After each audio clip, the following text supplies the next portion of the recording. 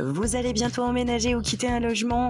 Alors attention, restez attentifs parce que l'état des lieux, c'est pas qu'une formalité. C'est ce qui va protéger votre caution, donc votre argent. Et pensez à vous abonner à ma chaîne car si vous faites tout ce que je dis dans cette vidéo, vous allez récupérer votre caution. L'état des lieux, c'est un document obligatoire à la location, que ce soit pour un logement vide ou meublé, et il va faire état en détail du logement et de son état général, pièce par pièce.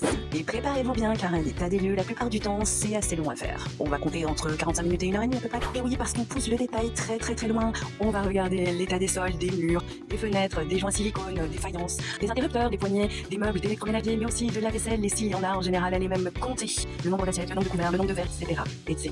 L'état des lieux, il doit être ce qu'on appelle contradictoire. C'est-à-dire que vous, locataire, vous devez être présent ou alors quelqu'un qui va vous représenter de façon officielle et il doit y avoir votre bailleur, donc soit un bailleur social, une agence immobilière ou même votre propriétaire directement. Et il peut aussi y avoir un tiers représentant du bailleur comme un commissaire de justice ou avant appelé huissier de justice si vous n'êtes pas d'accord sur l'état des lieux. Et attention, si vous ne faites pas d'état des lieux à l'entrée de votre logement, celui-ci va être réputé en bon état.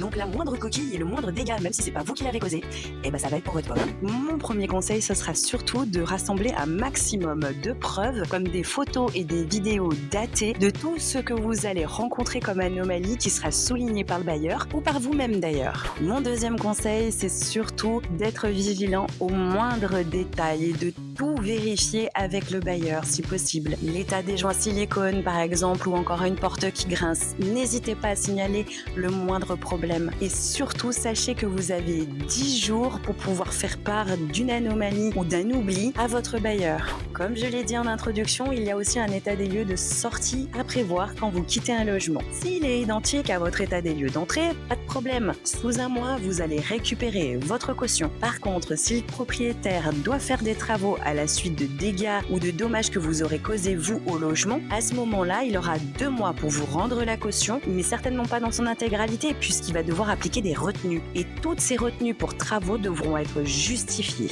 Donc, vous l'aurez compris, un état des lieux, ça ne se survole pas. On le lit, on le rectifie, on le précise et on protège sa caution. Et dites-moi en commentaire s'il vous est déjà arrivé des grosses dingueries pendant votre état des lieux. Et comme d'habitude, pensez à vous abonner, à liker et à partager cette vidéo si elle vous a été utile.